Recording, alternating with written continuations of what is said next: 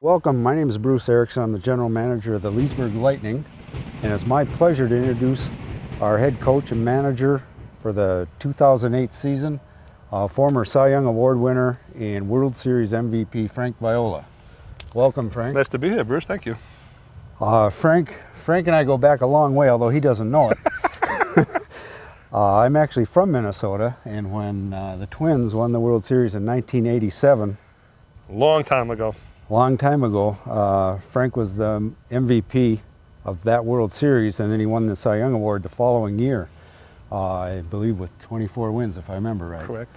So I have a few items that I wanted to bring back that Frank may have not seen for quite a few years. Okay, now on the Wheaties box, you're in the bottom of this pile somewhere. Yeah, I got my shoe in there somewhere, yeah. But now this happened while you're on the road. You've got your gray uniforms on? Yeah, this is when we clinched at Detroit. And it's so funny because when you see the Wheaties box, and if you look back at records, in '87 World Series was the first World Series that all the home games were won by the home team. So games 1, 2, 6, and 7 won by the Twins, 3, 4, and 5 by St. Louis, which was the first World Series ever to do that. But looking at this box, it brought back one of the greatest memories we ever had. When we ended up clinching in Detroit, we came back home, and as we were landing in Minneapolis Airport, the flight attendants get on the intercom and say, we got a detour for a minute. We got to go to the Metrodome. There's a couple hundred people there that want to congratulate you. So we were having such a great time, we didn't care, so we ended up going off the plane onto the bus.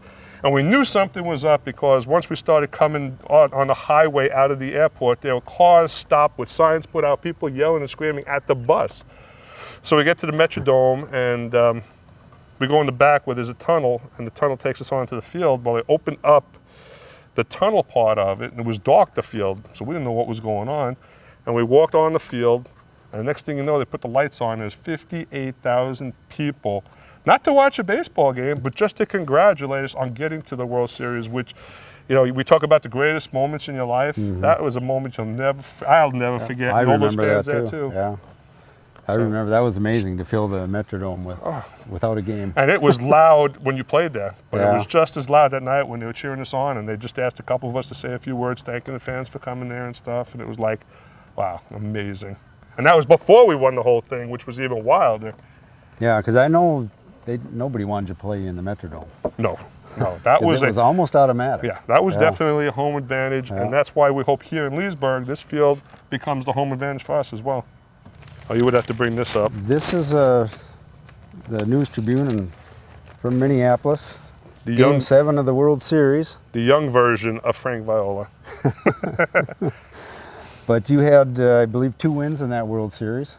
Yep, games 1 and 7, and I'll tell you, you know, every kid's dream, if you play baseball as a kid, the one dream is to say that you had a part in the World Championship, and as a pitcher, your dream is to be able to have that ball in Game 7, and I was fortunate enough to be able to do that. And that's what all these kids with the Lightning would be dreaming of.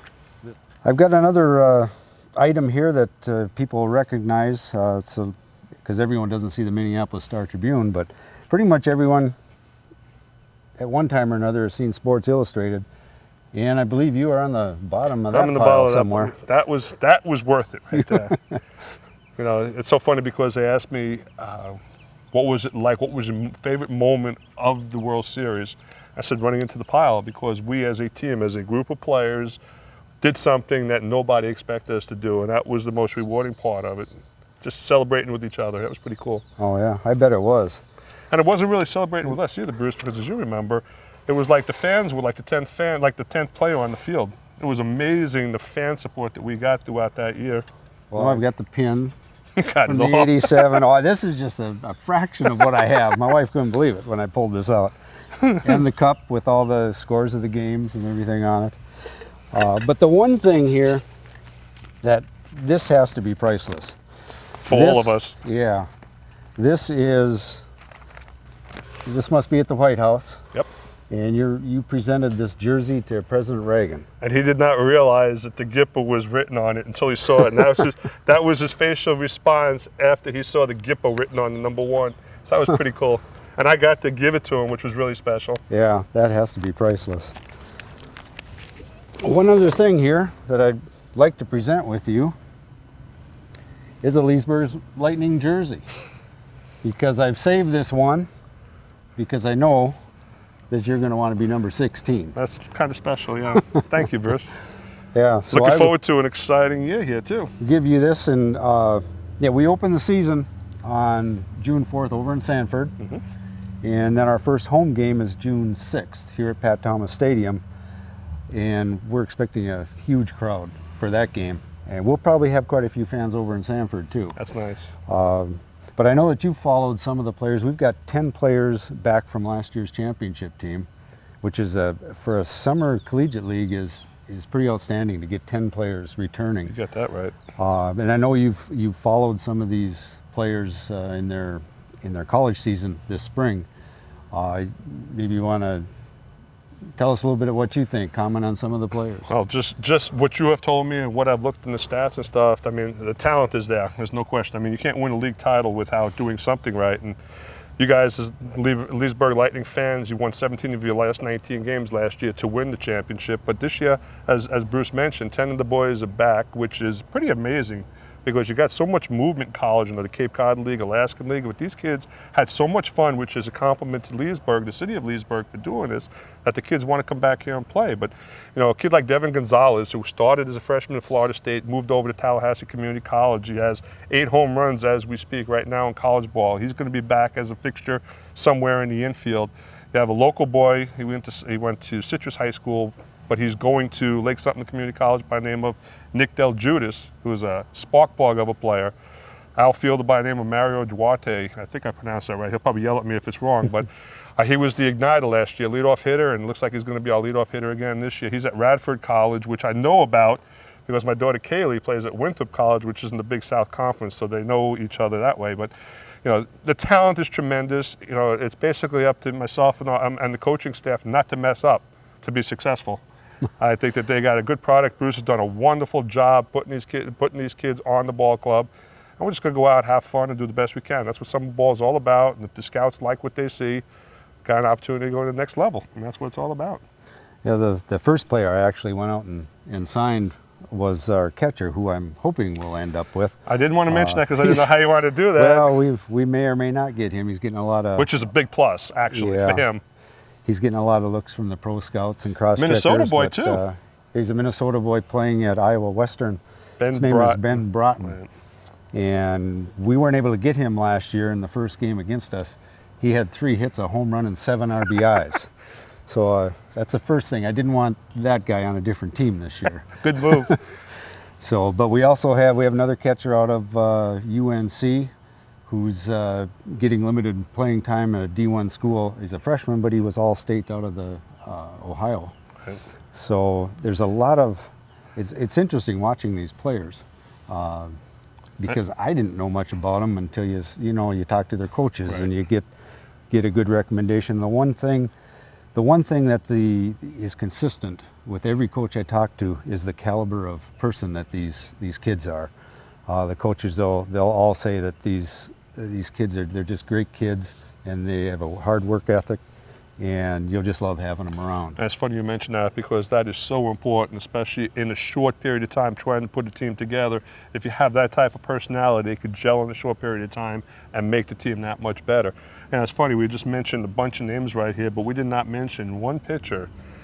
And it's good, because they're going to be pleasantly surprised when they see the pitches and how we work them and what we're going to do with them. So it's going to be a very enjoyable year, Bruce. I'm looking forward to it. Yeah, I can't imagine being a left-handed pitcher coming in to be able to play for you.